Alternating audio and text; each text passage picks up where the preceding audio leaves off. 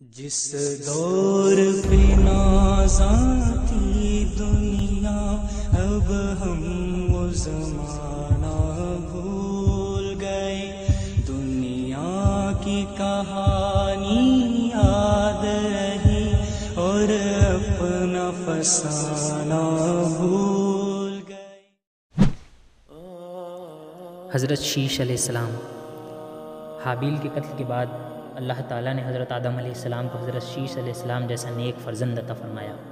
وہ حضرت آدم علیہ السلام کے سچے جانشین ہوئے اور آگے چل کر پوری نسل انسانی کا سلسلہ انہی سے چلا۔ اللہ تعالیٰ نے ان کو نبوت سے نوازا اور 50 صحیفے ان پر نازل فرمائے۔ جب حضرت آدم علیہ السلام کا انتقال ہوا تو جبریل علیہ السلام کے حکم سے حضرت شیش علیہ السلام ہی نے نماز جنازہ پڑھائی۔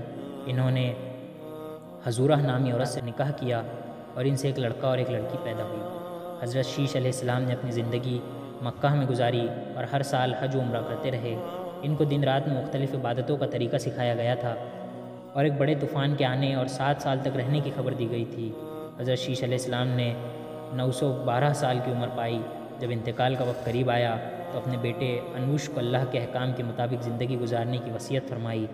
وفات پانے کے بعد وہ اپنے والدین کے پہلو میں جبل ابی قبیس کی غار میں دفن کیے گئے۔